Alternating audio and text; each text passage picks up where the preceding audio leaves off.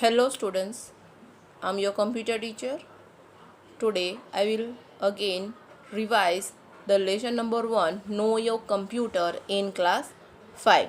Already we have uploaded the videos of the chapters. Okay, so this is the revision video.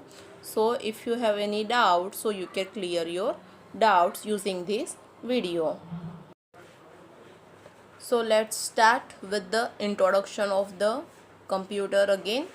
A computer is an electronic device capable of solving problems by accepting data, performing operations on the data and giving the result. So already we have seen the computer is a electronic machine, and if you want to work with the computer, so you have to first provide the data, means computer will accept the data, whatever data you have provided it will work on it, means it will process on it, means perform the operations on it, and at last you will get the result, means output you will get. Now let's see the concept input, process and output. Input is the raw data given to the computer using input devices like keyboard, mouse and scanner. So already we have seen what is the input. So whatever data you are providing to computer through input devices like a keyboard, mouse and scanner, that is a input. For example, text you can provide the images also. The next one is a process. The raw data is manipulated to generate information by performing certain operations using the computer's processing device, that is CPU. So after getting input, the computer will process on it, means perform the operations on it, means what to do with data. So that operation or performance is done by the CPU. And at last the output, the information generated is known as output. It is given to the outside world with the help of output devices like printer, scanner and monitor. So after performing the operations on the data, the computer will display the output on the monitor or a printer. Now, based on the concept input, process and output, let's see the IPO cycle. The full form of IPO is input, process and output cycle. In IPO cycle, the information flows from the input device to the out processing device and then to the output device. So this is the cycle of the computer that perform, means in the computer first of all you have to provide the input, then computer will process on it and at last you will get the output. Okay, so this is known as a IPO cycle. You can see in the image also. It will take the input, then input will pass to the process. Sometimes process will use the storage data also, and at last it will display to the output devices. Information often need to be kept safe for later use. This information may be stored in storage devices like the floppy disk, compact disk, hard disk, flash drive and a memory card. So here in the process stage, sometimes you need to save the data permanently into the computer. So that time we have to use the computer storage device. So storage devices are floppy disk, compact disk, hard disk, flash drive, memory card, etc. So let's study the IPO cycle through the example of cleaning clothes using washing machine. So here input is put dirty clothes in a washing machine. Okay, so here our input means raw data is a dirty clothes. Then in the processing part, processing dirty clothes means washing machine will clean the clothes, that is the process, and at last you will get the output as a clean clothes. So clean clothes is your output that you can see here into the images also. Now after that, next topic is a computer networks.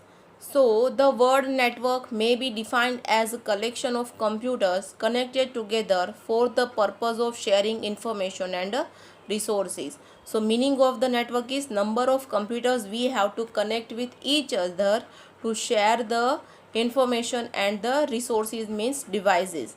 For example, sharing one printer among 10 computers through a network is an example of resource sharing. Okay, so here one example is given, means instead of keeping a 10 printers with the 10 computers, we will just use a one printer among the 10 computers, so that with the one printer we can give the print from the 10 computers. So this is the example of resource sharing.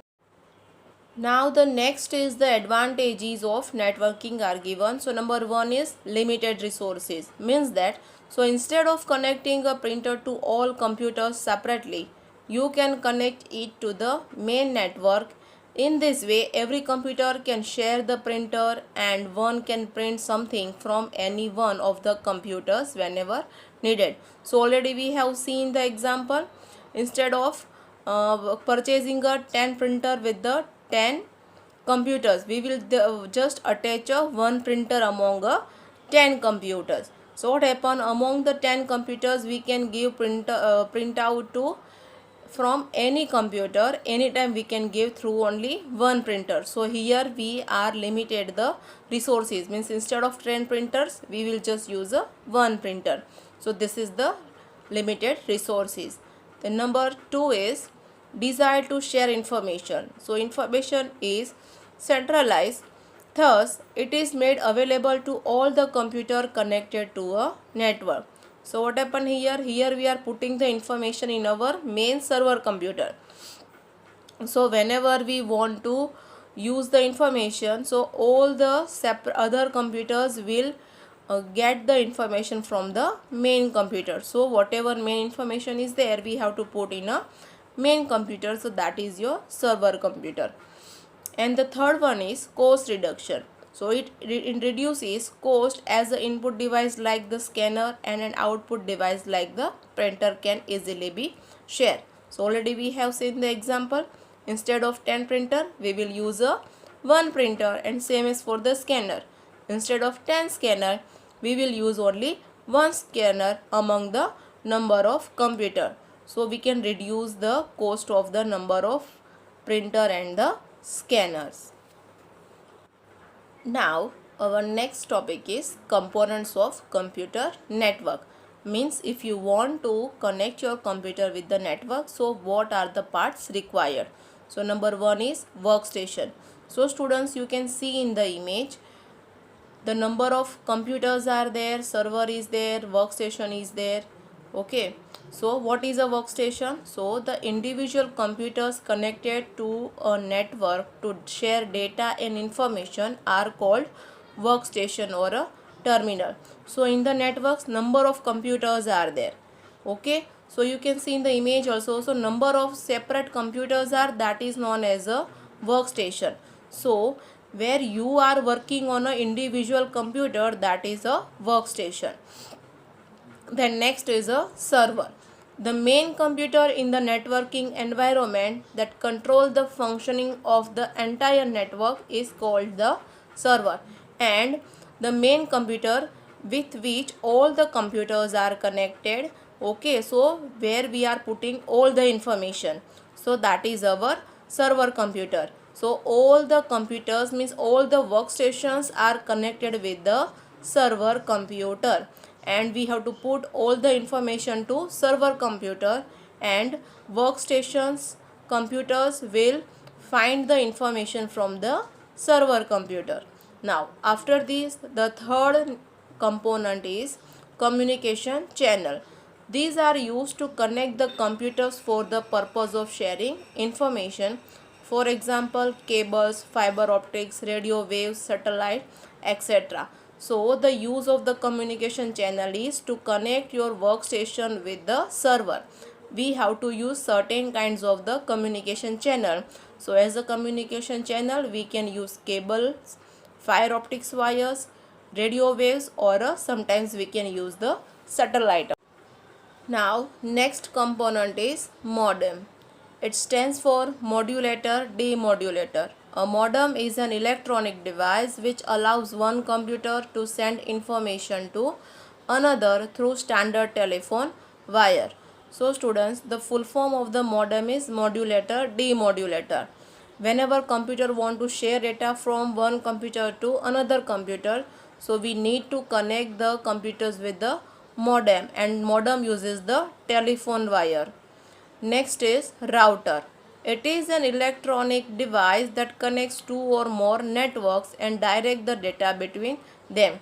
So the use of the router is, it will connect one network with the another network. Here see very carefully, it will not connect the one computer with the another computer. Here it will connect one network with the another network. Okay, so this is the router. Then after, the last component is a Bluetooth. It is a system for connecting electronic equipments such as mobile phone, computers to each other and to the internet using a radio signal. So students, you have seen the Bluetooth application into your mobile also. So the use of the Bluetooth is to connect your mobile with the computer or with the another devices, okay, through the radio signals.